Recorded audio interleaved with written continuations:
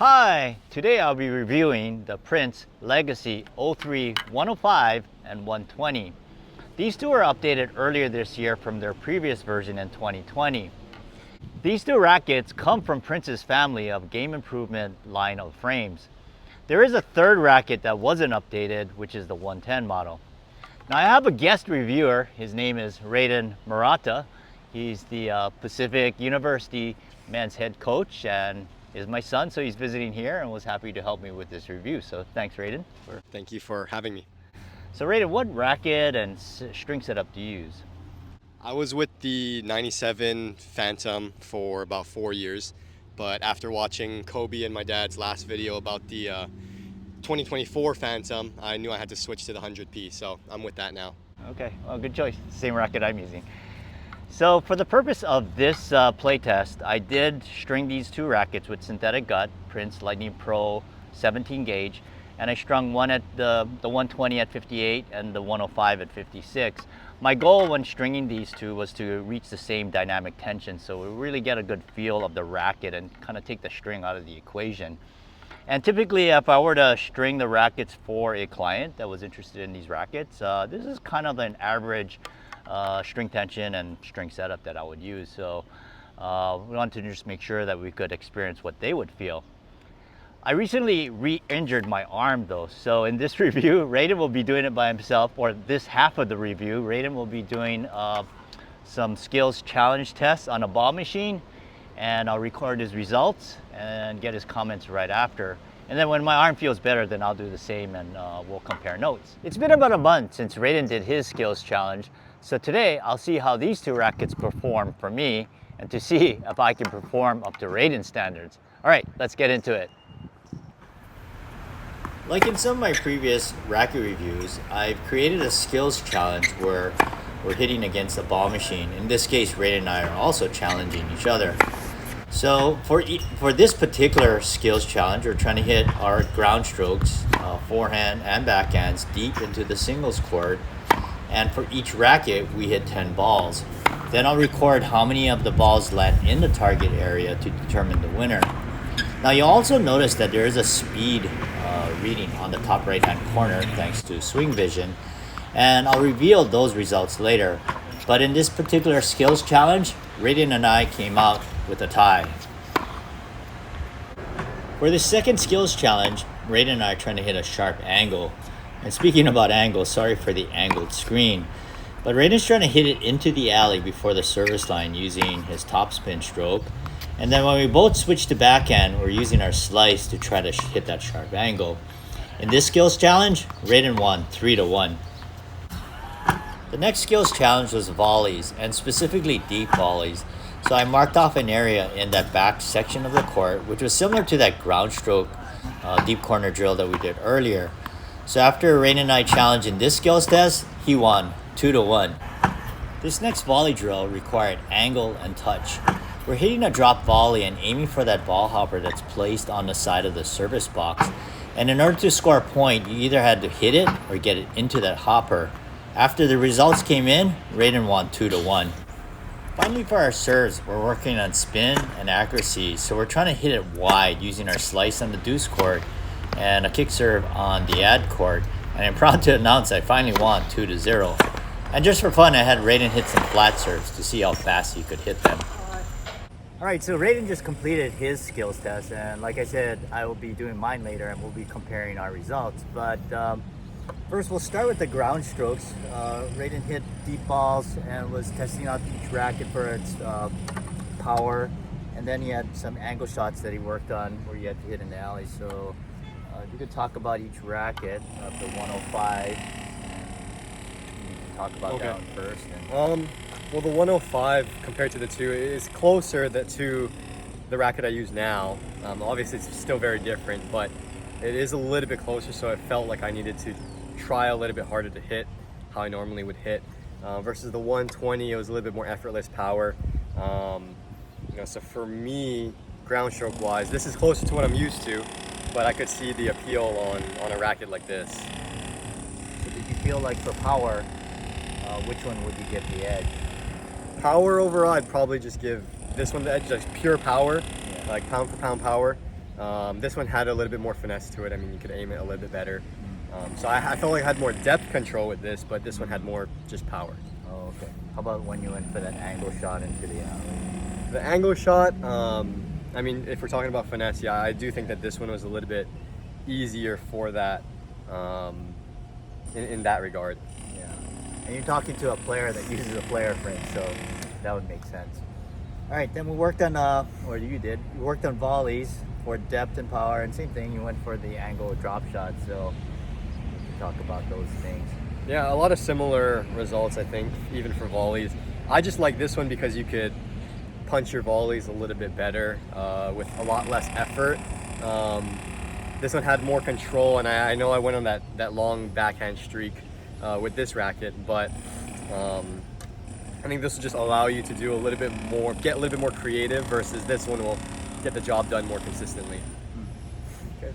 And then finally, serves, and I had Rayden do the slice serves out wide on the deuce court and the top spin wide serves on the ad court. So as far as accuracy and spin, that's the main focus there. So how did you feel? I think by the time we were serving, I was a little bit tired, so I admit that it wasn't my best serving day, but you know, racket specifically, same things you guys have been hearing. A lot of power here. I thought I was kicking it pretty well, honestly, with both rackets. The slice wasn't really working today, but I'm curious to see the flat differences, because I do feel like I was swinging weaker with this, but the ball was traveling faster. Yeah, we'll take a look at that video footage later. So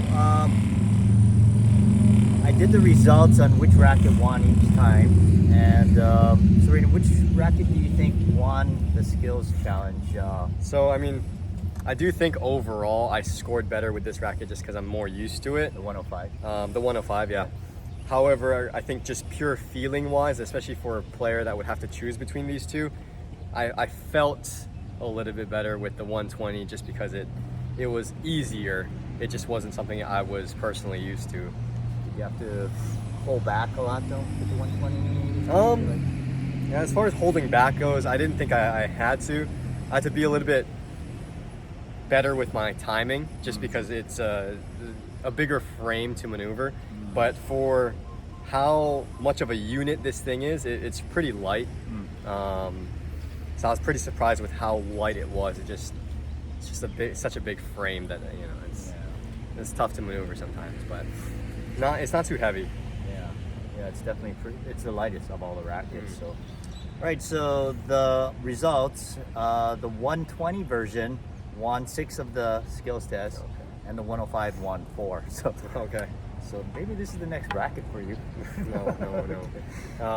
But no, I know you just switched to the 100p, so you're happy with that.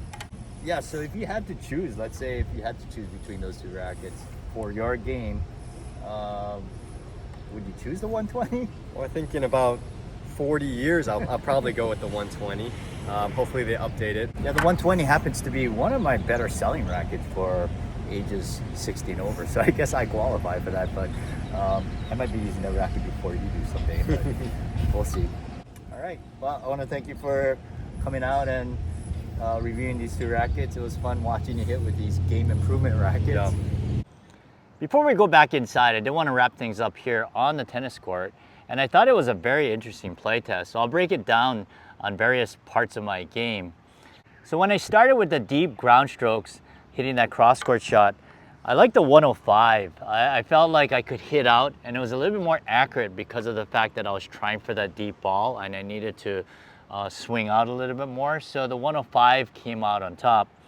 However, when I went for the angled shot, the backhand slice and the forehand topspin, I felt like the 120 had an easier, I call it easy touch, because even though I was swinging, I didn't swing as hard. I was trying to angle the ball. The 120 came out on top. Then when I went for the deep volleys, the 120 also came out on top because I felt like there was effortless depth. And again, because of the big sweet spot and the ability to just punch it, I mean, it just went deep with hardly any effort. Then on the volleys, when I did the angle drop shot, They came out really close, but I gotta give the 120 a slight advantage. Again, because it was a slower stroke and going for touch, I felt like it had a slight advantage on that shot. Now, when we went to the serves, this is where I felt the 105 came out on top. And again, I felt like whenever I was swinging my racket, because I was trying to impart spin on the ball, whether it be the top spin or the slice, I felt like I was rewarded more often when I was using the 105. So if I were to summarize this playtest, I felt like the 105 came out on top whenever I had to take big cuts at the ball and really was trying to get the ball deep and trying to get a lot of spin on the ball.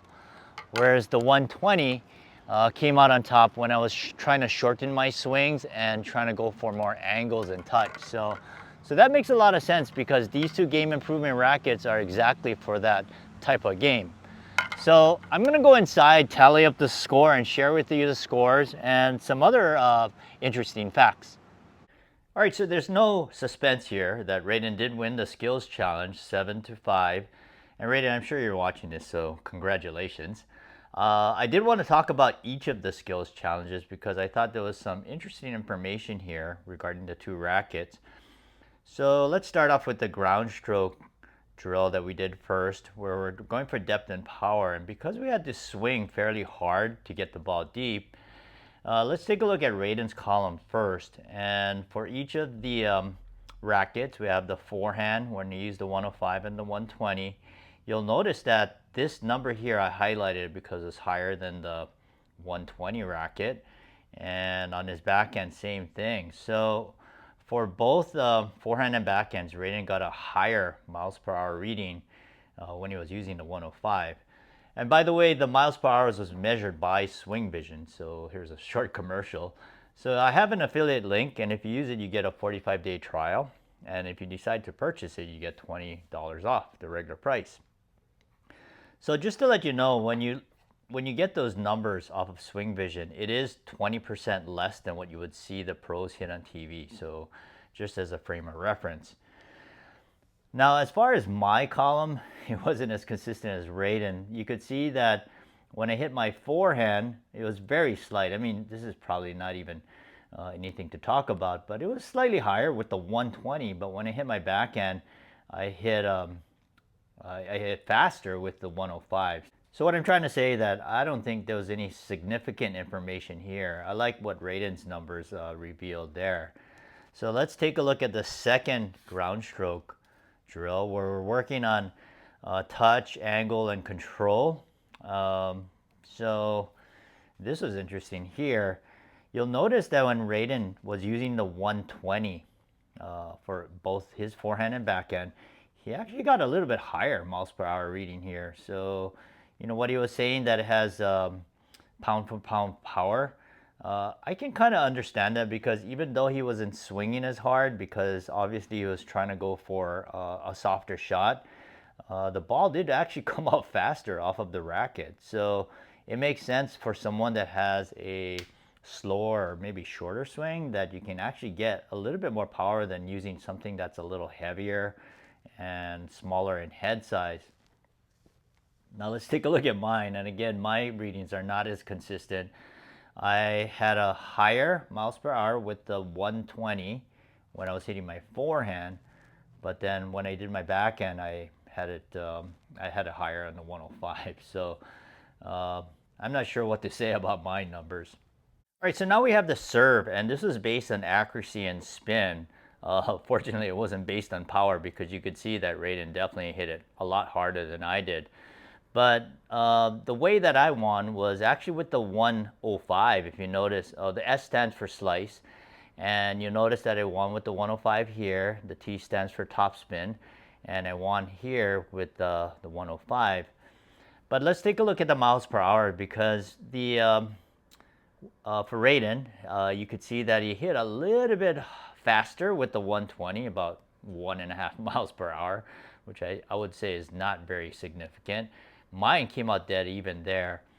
But when we both hit topspin serves, we both hit harder or faster with the 105. You can see that this is about 3 miles an hour here, and mine there was a 2 mile per hour difference there.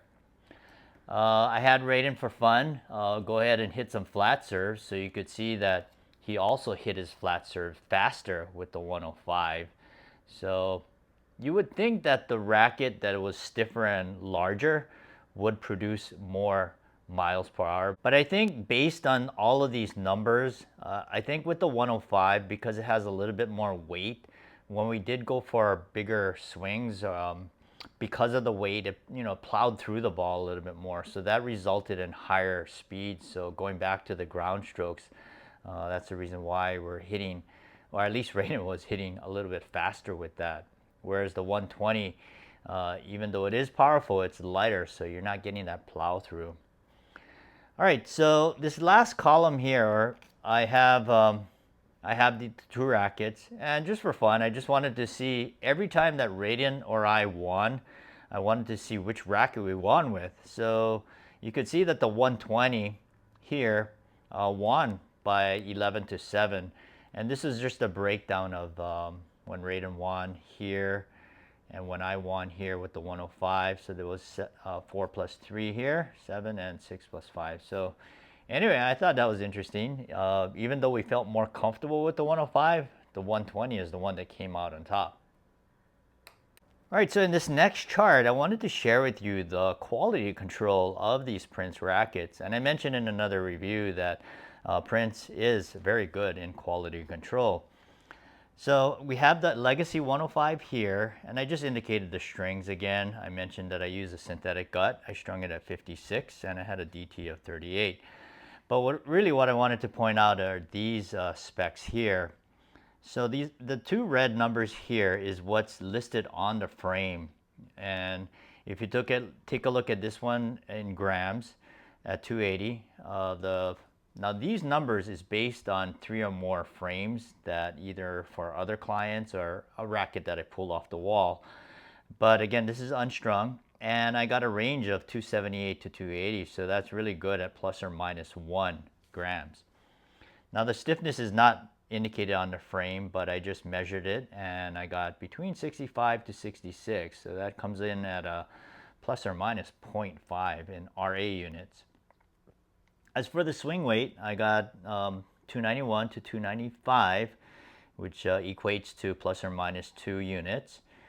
And other brands, there's every brand has their manufacturing tolerances, but I know that some other brands are up to like plus or minus 7 in terms of swing weight and in grams. So you can see how good that is right here.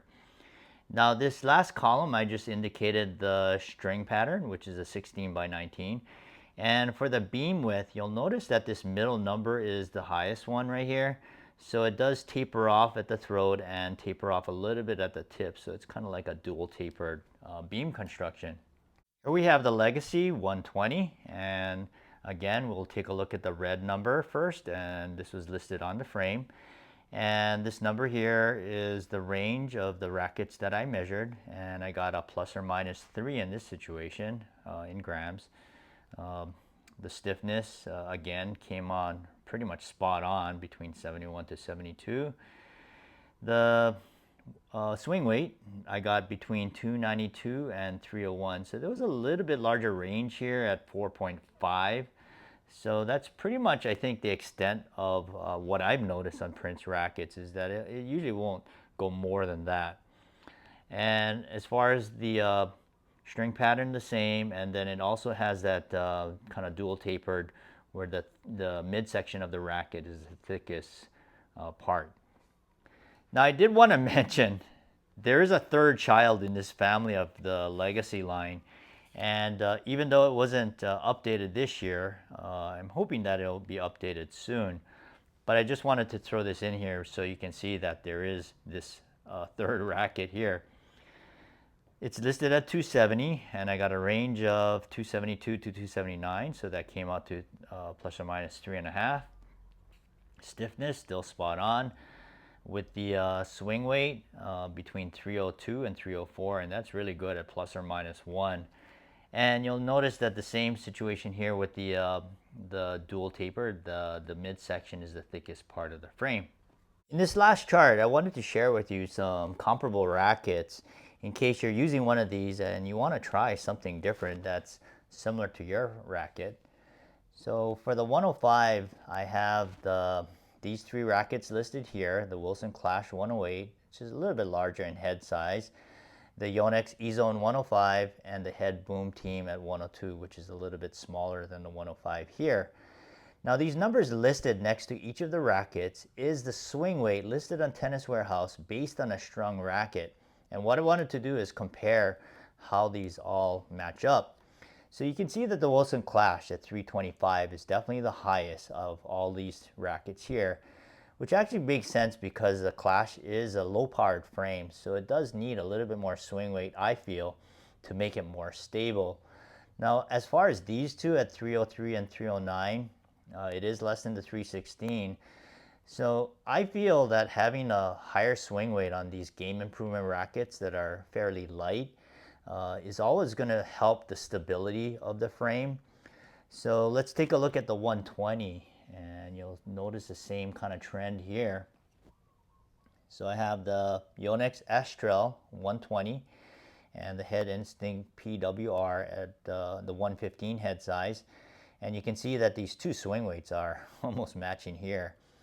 But at 330, it's a lot higher than these two rackets. So again, when you have a racket that's about 9 ounces in weight, I feel that the racket should have a higher swing weight. So if you have one of these rackets with a lower swing weight, yeah, consider trying the Legacy with a higher swing weight and see what that adds in terms of stability. Now, speaking about higher swing weights, here's an interesting situation that I did with one of my clients' rackets. Here's an interesting racket I wanted to share with you. It's a client's, and she bought 2 of these Head Extreme PWR rackets, and it's similar to that Instinct racket that I mentioned earlier. So when she brought it in for stringing, I noticed how low the swing weight was. So what I did is I proposed to her, what if I customize one of your rackets so you can compare to see what it's like to have a little bit more weight in the head. So I did that at the 10 and the 2 o'clock areas, but I also had to add weight to the handle. So as a result of that customization, it added 21 grams of weight and it added 21 units of swing weight. So after she tried it and compared it, she did like it better. Little did she know I was trying to customize it to match the Legacy 120. But I did mention that I do have that racket, and if she wants to try that, she could give that a shot. And after she did, she bought 2 of the Legacy 120s. Thanks for watching. Play with Prince. And let your strings play. Before we go back inside, I did want to wrap things up here on the court, and I thought it was a very interesting play test. So here's how I broke it down in different parts of my game. When I did the ground strokes going for the deep balls, I liked the 105. I felt like